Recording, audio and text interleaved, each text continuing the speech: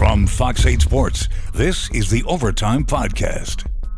From the Fox 8 studios in New Orleans is the Fox 8 Overtime Podcast. I'm Vasilios. That's Sean Fazan.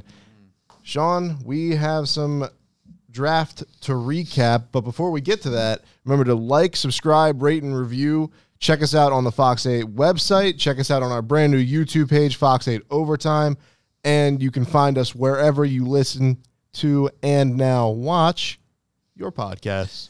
Yeah, be sure to send us some questions on the Final Word feature on the Final Play app. Be sure to like, share, rate, review, subscribe to YouTube.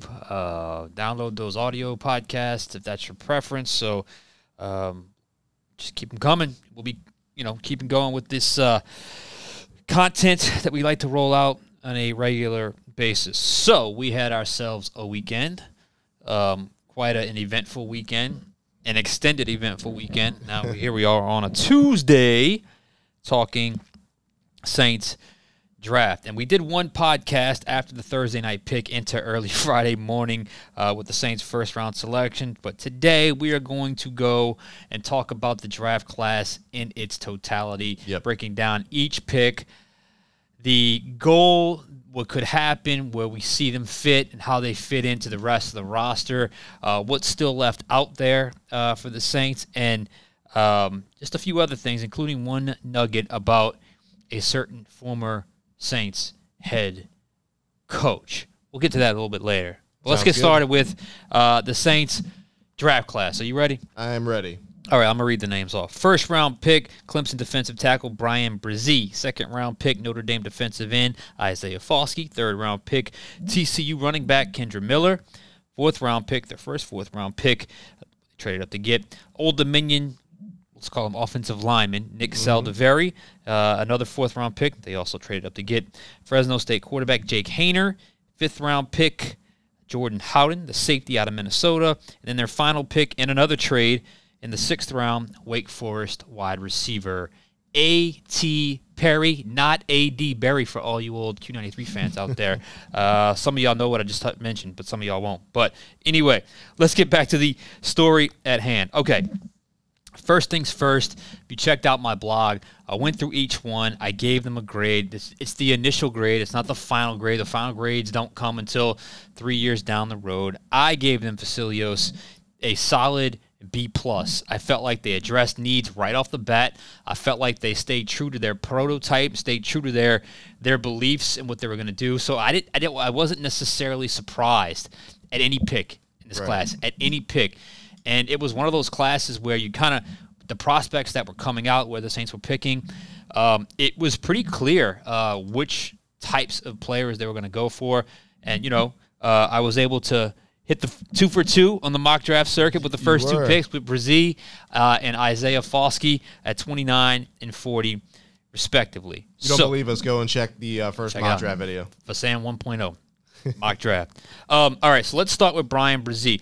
I feel like because he was a guy that was, and I wasn't the only one that got him right. I don't want to take full credit for it. I wasn't the only one that got. A lot of people got him right, especially towards the back end of the class of the draft week, and as the reports and as the momentum started coming out based on where they were picking. First off, Brzee was the guy had they stayed at 29. That was a big if, though. Yeah. That was a big if. We kept waiting and waiting and waiting for that move up. It did not happen. Mickey Loomis clued us in beforehand that they were not going to make a giant move up, which is why I said after the 15th selection is when you got to start paying attention, because that's when they're going to start making the calls. It's exactly, I felt like that's exactly where the line was in terms of when they could eventually afford going up in the first round. They probably weren't going to give up next year's first or this year's second to go up. So you do the math. The highest they could have gotten was probably around 20-ish, something like that. But nonetheless, didn't happen. And I guess we'll find out eventually how hard they tried, but who cares? Now they have Brian Brzee. And I want to say this because I'm already starting to pick up on the they were concerned about the injury. People are concerned because he's got an injury history. Okay, that happens. I don't know that I've seen a college prospect with a complete, clean bill of health, 1,000%, that's never had some form of injury. Now, he had a couple big ones with the shoulder and obviously the knee, and he dealt with some tragic circumstances. But I think people are a little, I don't want to say bored, but because it was so expected, they've kind of already moved off of it and onto someone else. Yeah. Do not sell this guy short. I just went back and watched the tape again today. This guy has a ceiling. The ceiling to be a very good, if not great player. He's a little tall for a defensive tackle at 6'5". He'll probably play around 300, 305. But when you watch him play, he can play the 3-tech, he can play the nose, he can play the 5-tech. And when you watch the way he uses his hands, the way he kind of shields blockers, the way he's able to penetrate when he has to in certain situations on zone blocking schemes, the way he takes on certain blockers when he has to. And you look at his short area burst is real. It is very real. I know a lot of people can look at Jalen Carter. Yeah, that's true. He was the top defensive tackle. But you watch Bryan Bresee play, it's not just a good pick, a safe pick. This is a guy that does have a ceiling that could lead him to be a very good football player for the New Orleans Saints for years to come, if not great, if he can somehow reach that potential. Should he stay healthy, learn the game, adapt quickly, that is the key. Yeah, I love the measurables and like the 6'5", 300. I mean, he's just your prototypical D tackle. 3.5 sacks last season, 5.5 tackles for loss. That's good for a D tackle. It is fantastic for a D tackle. It means he's getting push up the middle, and it means that he is sound in his fundamentals. And so that's kind of what stood out to me. I'm excited to see how he fits into the Dennis Allen scheme. Me too. And the adaptation of college to pro along the line of scrimmage is different for everyone. The learning curve is different for everyone. Look, he played in the ACC. I know he's played games against big-time programs throughout his years there, but there is a learning curve for everyone. How quickly he gets on the field is something to really watch, but I do think year one, he will be in the regular rotation. It will be a disappointment if he is not in the regular rotation, and he's a guy that can be productive, and hopefully by the end of year one, maybe he's a starter, maybe he's not, but he's on the field a lot and you notice him. That has to be the reasonable expectation for Bryan Bresee his rookie year.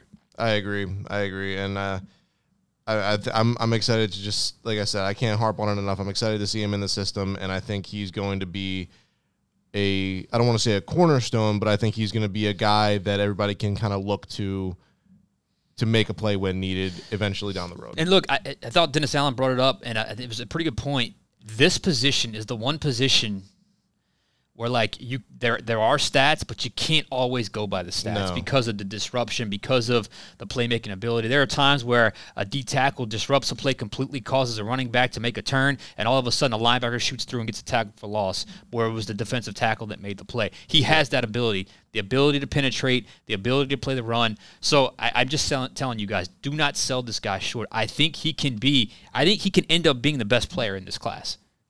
It wouldn't surprise me. I mean, he is a first-round pick, Sean. He's a first-round pick, and sometimes you just get a little bored with, a defensive tackle because they're not. Yeah. It's not the sexiest position. Let's move on. Isaiah Foskey, 6'5", 265, defensive end out of Notre Dame. Okay, I saw a mock very early in the process that had him linked to the Saints at 29, so I immediately started doing some work on him. Mm-hmm. Wildly productive. Incredibly productive at Notre Dame. Insanely productive. Incredibly. 22 sacks or 22 sacks. I don't care if he ran into a few of them because someone else chased him to his side. I don't care. 22 sacks. 22 sacks. Was it like 4 or 5 block punts? It's insane. Yeah. So this is a guy that's been wildly productive. He matches all the prototype that you want in size, speed, athleticism, length. And then, did you hear his Zoom call? No, I didn't. I didn't have a chance to. Okay. All right, and Bresee gave off the same impression, and a couple other guys did as well. This guy's ready to play, ready to learn. He has got the exact attitude you would want for a guy coming in. Eager, confident, but also willing to learn. And he's not going to have the bravado to say, I should be starting. In saying that, I think he can compete with Peyton Turner and Carl Granderson to be a starter right away. Really? I don't know if he's going to get there, but Saints like to rotate those defensive linemen. Yeah. It is completely unproven, opposite of Cam Jordan. Why not? Yeah. He is way more advanced from a sheer playing standpoint and production standpoint than Peyton Turner was coming out of Houston. Yeah, I mean, when you have a rotation that goes that deep, you play the hot hand or you find the guy that looks like he might have the most untapped potential. And we've seen a lot from Carl Granderson. We haven't seen a ton from Peyton Turner. So Isaiah Foskey definitely going to be the next in line to try his hand at getting to the quarterback and setting the edge. I like him a lot. The sack numbers, ridiculous. And like you said, running into a guy or running into sacks, it doesn't matter because that also means he was in the right place at the right time. If nothing else, he's got good luck. Bring him to the field. So I want to bring this up as well. Because, Peyton Turner has struggled his first 2 years. Peyton Turner made this pick possible. Mm-hmm. Okay? Because if Peyton Turner would have emerged last year, maybe they pick a defensive end to maybe be the guy to replace Cam eventually. Yeah. I don't know if this guy eventually will, or if he's still going to be the opposite Cam and they get someone else at some point. I have no idea. But it became a very high up, other than defensive tackle, it was the biggest need. Edge player, and they're hard to find, and the Saints are very, I told y'all about this. The Saints, if there is one position they do not break prototype, it is edge defender. Everybody coming at it with Nolan Smith, it ain't gonna happen. It's not happening. They're not drafting a guy less than 6'4" and well over 250 pounds. It's just not gonna happen. Stay true yet again. You want to move on? Yeah, let's move on. All right. Kendre Miller, the 6 foot 225 pounds, 210 pounds. I'm sorry, 6 foot 210 pound. Yeah. I pulled all these stats and then measurables off of Sports Reference. So okay. 6 foot 206 is what they had him listed as. Okay. So a 6 foot, a little tall-ish for it. Not crazy tall, but tall-ish for a running back, but still.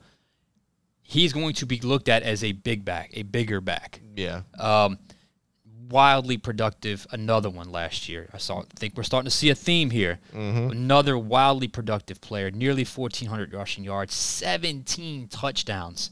I will say, I saw some film. A lot of gaping holes. And TCU was great last year. And he took full advantage. You listen to him talk. He was the only one that kind of came across as, I'm ready to be here. Yeah, I'm ready to learn, but I'm ready to get on the field. Yeah. Guess what? I like it. He said he's here to compete with Alvin Kamara. I love it. If you're not here to compete with Alvin, period, get out. Yeah. Get out. But he was the first one to come out and say, I'm here to compete with him. I respect him, but I'm here to compete with him. Hey, man, if that's the way you're wired, be you. 17 touchdowns is nothing to shake your head at. And I think Kendre Miller, I don't think they got a choice. I think he's on the field immediately. If he's not a starter, so be it. But he's going to get on the field. Yeah, and we still don't know what's going to go on with Alvin Kamara's current legal situation. So Kendre Miller might get his chance to really make an impact on the Saints offense. And paired with Jamal Williams, I think that could be a very interesting duo if he can not necessarily replicate, but at least show signs of what he did last year at TCU with the Saints this year. Yeah, I'd be very curious, because the Saints, they'll run some gap plays, they'll run some zone stuff. He was a really good zone runner at TCU. Be curious if he can adapt there. He didn't catch the ball out of the backfield. He seemed to be very aware of that in his Zoom conference, that he wants to, I guess it was one of those things. He felt like he just wasn't asked to do it. We'll see if he's asked to do it at the next level. So Kendre Miller, I mean, look, if you'd have said, Sean, what are the Saints' top 3 needs going into the draft? I would have said defensive tackle, defensive end, running back. 1, 2, and 3. They got him. They crossed him off the list. Yeah, they did. And with wildly productive players, as I said before. Moving on to day 3, this is when the trade started happening. This is when the wheeling and dealing began. It happened about 40 minutes or so before the 4th round. News broke. Saints moving up to the very first pick of the day. I know this because I was in the middle of coaching a T-ball game with my 5-year-old, and I saw the alert on my phone, so things got a little crazy. They move up to draft Old Dominion offensive lineman Nick Saldiveri. 6'6", 300-something. Got 307 right there. Again, big 6'6" is tall, man. Regardless of, I know offensive linemen are big, but 6'6" is a tall, long offensive lineman. Dennis Allen really put to rest any notion he's going to be kicked inside at some point, probably right away. That's a mauler right there. Then if he gets kicked inside, if he gets kicked inside, yeah. Which at 6'6", 310, it almost has a kind of a tackle's body, but we'll see what happens if he can adapt going into the inside. This is a sneaky one in terms of Andrus Peat, who's often injured. They just declined the fifth-year option on Cesar Ruiz, so clearly they're not sure about his future, and I think this is Andrus Peat's last year. On the surface, he may not get on the field much, but it could happen. I could see a scenario where it plays out, but one of these guards, either A, are not playing up to what they should be, or B, someone gets injured, and he is able to slide in. Now, I want to say this because there's some people that are concerned about the Saints' offensive line, and I understand it's a line of scrimmage, but I kind of like where they stand from a numbers standpoint. You have Ramczyk, you have Penning, you have Hurst, you have Ruiz, McCoy, Peat, but then you have this kid, Saldiveri. You have Landon Young, who's been a productive backup. You have Throckmorton.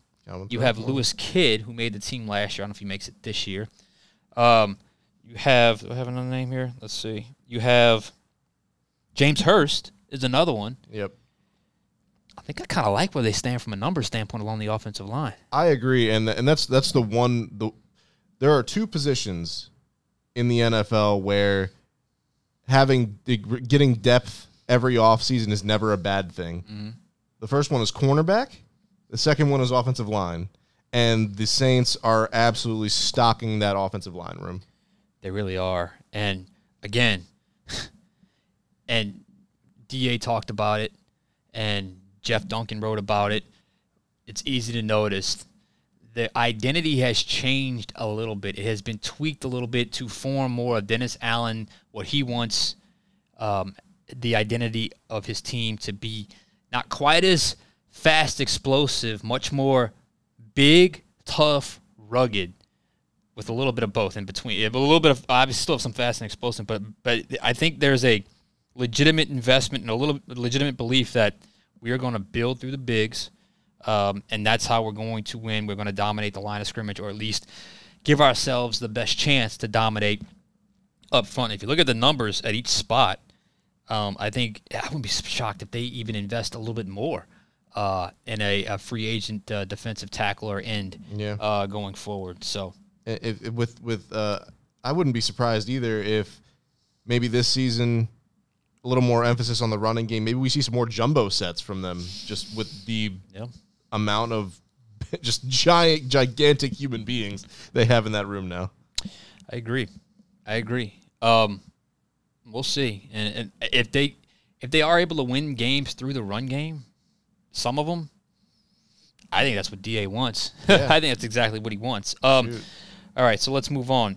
4th round pick, the pick of the day in terms of the most eye-opening, the most, I guess, flashiest, if you will. The Saints moved back up in a trade with, I believe, Jacksonville. They sacrificed next year's 4th round pick to go up and take Fresno State quarterback Jake Haener. Okay.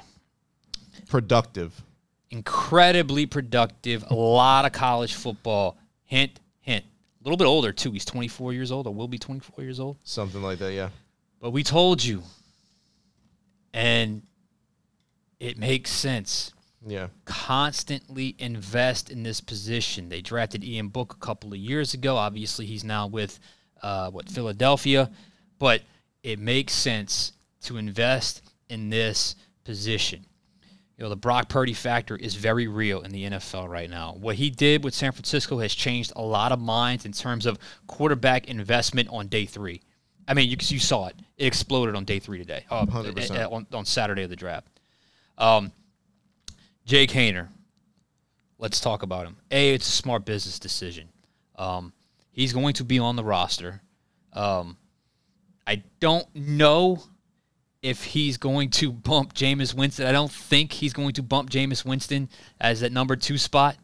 But I think he will eventually move into that number 2 spot if he's able to show and demonstrate growth this training camp, this preseason, and next, because I think Jameis is only on that I think he only has 1 year left on that deal. So what do I like about him? There are very few quarterbacks when you watch the tape, it's almost like you feel like the beat, the rhythm in his head when he drops back. You sense it. He has got an innate sense of timing, which is something this offense has always been built around. An innate sense of timing, which you could be the best athlete, have the strongest arm, this is how guys like him, 6 foot barely, I'm not even sure he's really 6 foot, barely 200 pounds, are able to thrive in a world of giants in the NFL, even or in college football and into the NFL. Even in the big man's world, this is interesting as well. Yeah. This is the only outlier they took, and it came at quarterback because the only other outlier, the best player to ever lace them up was an outlier at quarterback, Yes, Drew Brees. So they were okay with that. They were okay with taking the chance there, especially in the 4th round. I get it, that they had pinpointed. His innate sense of timing is real. And not just timing in terms of when routes develop, timing in a sense of, okay, I drop back, back foot. Oh, I see an underneath defender kind of creeping back. Let me let the over route clear a little bit. Let's not throw it right when it's supposed to. Let's wait a half count and get it over the top of that defender where the guy can catch it and run. He showed that immensely on his tape. He's accurate with the football, processes quickly, understands what he's seeing. Now, it's going to be a little different in the NFL. You don't have those wide hash marks, and you're not playing in – what conference is Fresno State? Yeah, exactly. Not exactly the same level of competition. Why don't we look that up? We should know that. we should know that. I'm sorry. I lost track of where the actual – I know there's been some conference realignment, but let's just see.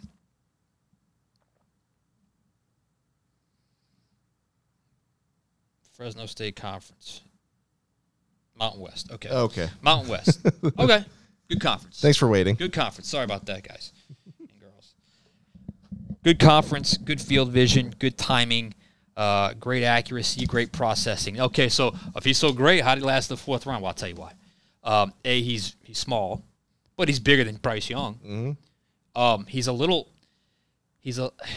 has Drew Brees dimensions, and he has Drew Brees. What Drew Brees did well, same things Jake Haener does well. Accuracy, timing, precision, poise. I don't think he's as he looked a little thinner than Drew did coming out of Purdue. And I don't think he has quite the arm strength on the edge that Drew did. Drew had an underrated arm on the edge, the intermediate outside, the deep outs, the deep comebacks, the back shoulders.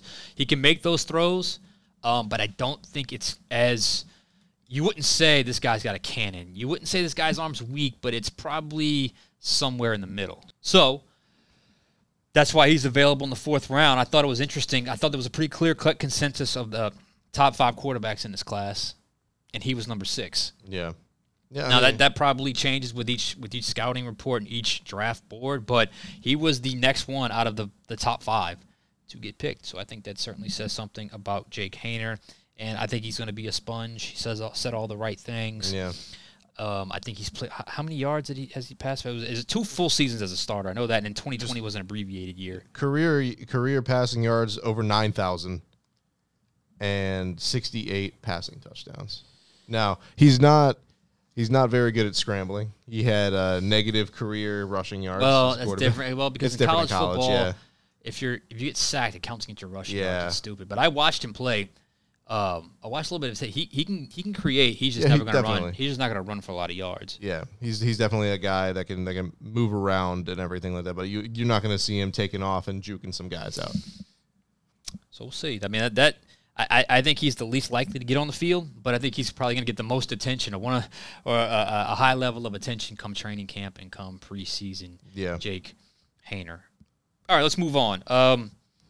5th round pick Jordan Howden, safety out of Minnesota. I must admit to you, I didn't watch him a lot. Didn't either.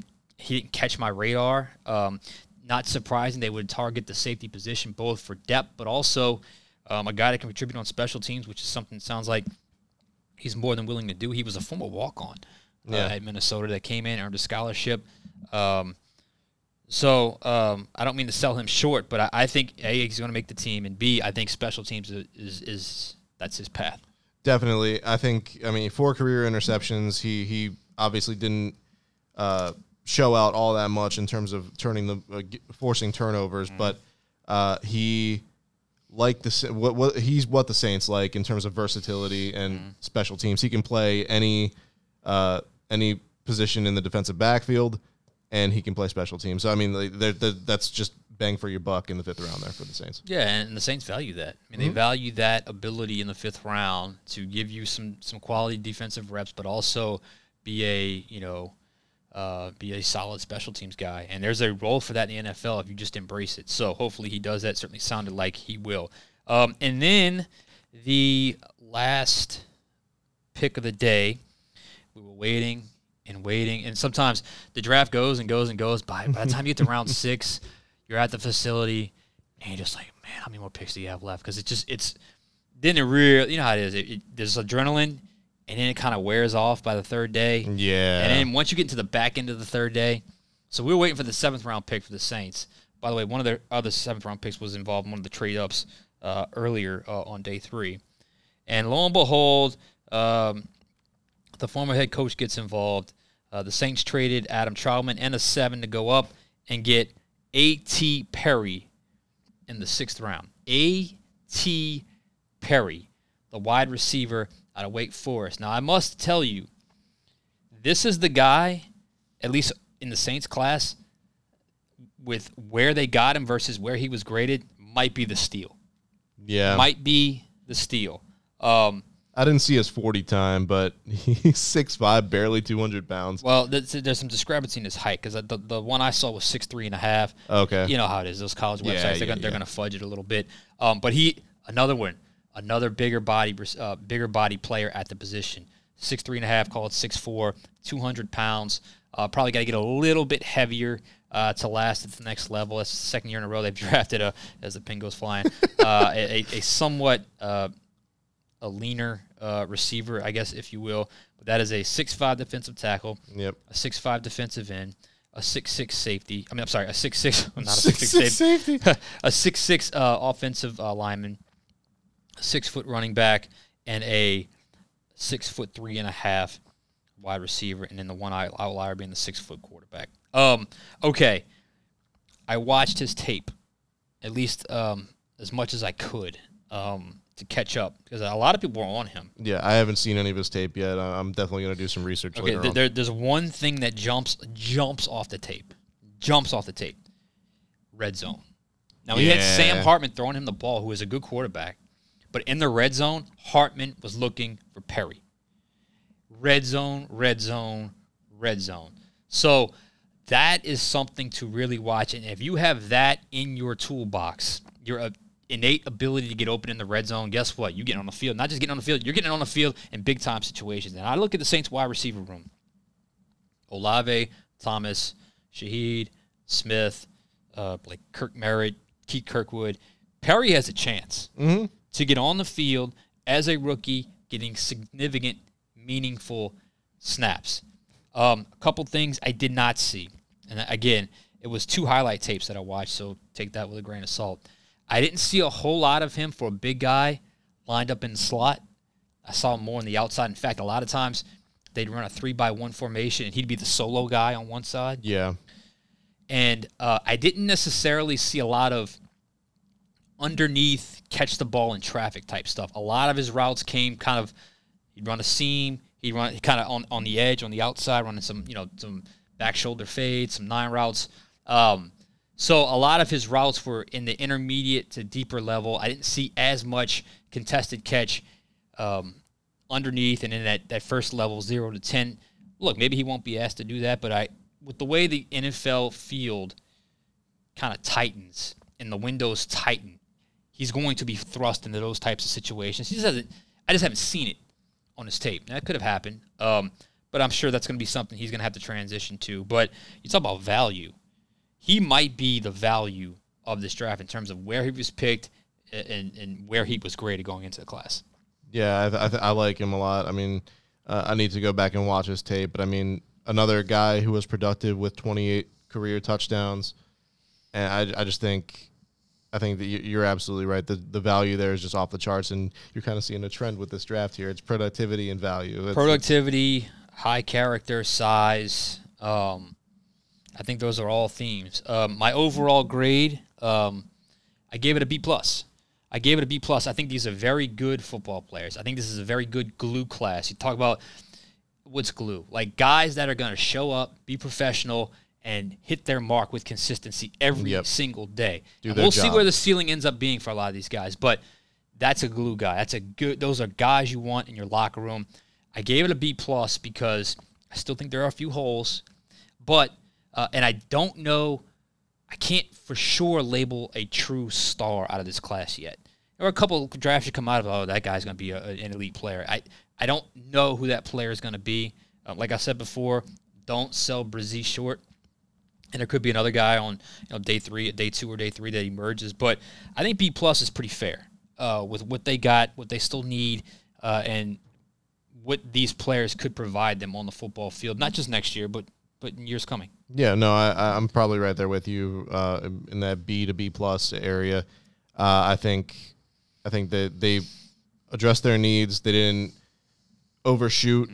They didn't undershoot. They kind of just hit where they needed to hit, and that's good enough. That's good enough for them. That's good enough for the fans, and fans should be excited about what the Saints got in this class. And I think they should also be somewhat pleased that the first 2 days kind of fell in line for them. Brzee was there, but 2 of the defensive tackles that were in the cloud with him, and Cansey and Mozzie Smith, both went before him. It could have very easily been Brzee. I've already said I felt like Brzee was the most well-rounded of those guys. I thought Mozzie Smith was the best run stuffer. I thought Cansey was the best pass rusher. But, it fell in line. And then Foskey. Keon White was still available. There were other players that they could have gone in that direction, but they went Foskey because of their philosophical belief of believing in the line of scrimmage, in particular the defensive line.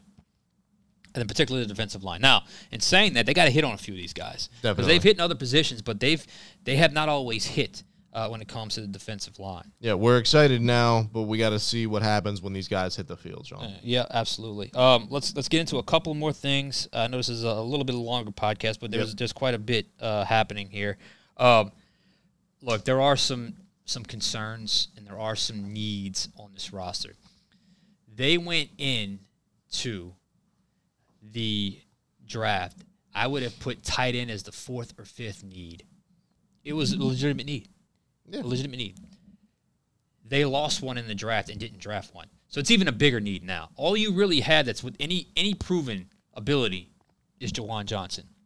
They trade Adam Troutman to the Denver Broncos and with the trade up to get A.T. Perry. Now you have Jawan Johnson, you have Lucas Kroll, you have Miller Forrestall, Taysom Hill, but he even before, like, they moved him there last year, but by week 2 or 3 of last year, Dennis Allen was already saying, "Yeah, we're already getting him more into quarterback snaps." He is a spot quarterback, is what he is right now. So Taysom Hill will line up there in times, but you need an actual tight end. You need an actual tight end. You need a veteran there because that's a very young room. Wouldn't shock me if today or maybe tomorrow that they add a veteran tight end. They signed Joel Wilson in the undrafted free agent ranks. I mean, we'll see. He's got a shot just for numbers' sake, but we'll see. What did you think of Adam Troutman's comments about how he was kind of put in a box and wasn't didn't do much? I have some thoughts. So, I do have some thoughts. I was talking to Madeline Adams yesterday about this actually, and it's funny.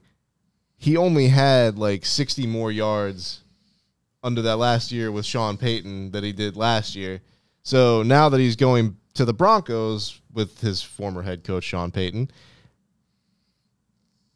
what's going to change here? What boxes is Sean Payton going to put him in now? Because it seems like he's probably just going to be put back into this very similar looking box. All right. So here's my thoughts on Adam Troutman. A, I love dealing with him. He was a really good guy to talk to in the locker room. Was great for us from a media standpoint. Yeah. I really like dealing with him. But and I don't know how this question was phrased to him. And you read something, you hear something. Who knows what the intent was? But let me just say this. This organization drafted him, wanting him to be the next great tight end for the New Orleans Saints. They wanted him to be. Yeah. They traded like 4 picks to move up to get him in 2020, Adam Troutman, and it just never happened. He battled injuries here and there. He had issues with concentration and drops. He had a really bad spell when it came to that. There was a bad fumble in one. I forget the opponent, but it was a costly fumble in one of the games. They wanted him to be the guy. It just never happened. Juwan Johnson converted, and he used his athleticism, and he did just enough to be physical enough to be the tight end. And now he's a starting tight end. And Troutman is moving on to Denver. Look, maybe Peyton will find a way to use him, but he's already taken a pay cut, according to one report that I saw today. So that was just one of those guys. It just never panned out here. So, look, best of luck to you. Yeah. Change of scenery might work. But I don't know, and I don't know if he meant it as a shot, but, dude, by the end of the line here, they just felt like Juwan Johnson was better. That's just facts. Yeah. I mean, it feels like a lateral move to me, but whatever. Yeah. Other concern, linebacker. They have legitimate linebacker concerns. That's just the reality. They didn't draft a linebacker. Would have liked to have seen them perhaps address the linebacker position. You have Demario Davis. You have Pete Werner. You have Zach Bond. You have DeMarco Jackson from a season ago who didn't play. Mm-hmm. Pete Werner's injury prone. I guess you could label him that. I don't know if it's fair yet to call him that, but he's battled injuries. That's something to really watch, because I think they're going to have to add some kind of body there. And look, this Anthony Orji, is that his name? From Vanderbilt, one of the undrafted free agents, they gave him a huge signing bonus to sign. So they clearly see something in him. Last year they gave the big signing bonus to Rashid Shaheed for undrafted guys. So clearly they had him highly valued. I don't know if on their board or undrafted board, whatever the case may be. So linebacker concerns are definitely still there, especially when you talk about the entirety of the front seven. So that's something to really monitor. We'll get out of here on this. You heard me mention Denver? Is that right? You heard me mention Denver? Correct, sir. Okay. Did you hear me mention the former head coach? Yes. Of the New Orleans Saints? Okay, of course. Okay. About 2 months ago, we did a pod. You recall? What did I call him? I called him a drama king. Oh, yes. I called him a drama king. You proved me right again. No coach on the day of the draft has ever been videoed. Whatever that was, looked like he was enjoying himself with some I don't know if they were college guys or what, but there was some significantly younger guys he was around. Certainly looked like he was enjoying himself with a substance that's legal in some states, but illegal in others. I don't know when that video was ever taken. It is legal in Colorado. It could have happened a long time ago. Could have happened this offseason. Who knows? All I know is somehow it popped up on the social media circles the day of the draft. My friends, I have told you before, he is a drama king. Somehow, some way, there's always something extra when it comes to the former head coach of the New Orleans Saints. I thought it was hysterical. We have seen players where that has happened and their draft status has taken a massive tumble. Never seen it happen with a head coach. A head coach, a highly compensated head coach who was in the limelight the entire head coaching process, who all of a sudden, just loves being out there when it comes to, I guess you call it media, social media, whatever the case may be. So I just wanted to point that out again because I'm glad you brought it up. It's always something. It's always something. He's drama king. This is what it is. Some of y'all may like it. Some of y'all may not. I know this. I'm glad he's not the coach here anymore, because that would have been something we would have had to have intensely covered as the lights go out here. So I think that's our cue. That's our cue to get out of here. So we'll end it on that. So, Sil, take us home. They're blinking. All right. Thank you guys for tuning in today. I'm Vasilios. That's Sean Fazan. Make sure to rate, review, like, subscribe. You can find us wherever you listen to your podcast, and we'll be back next time with another episode of the Fox 8 Overtime Podcast.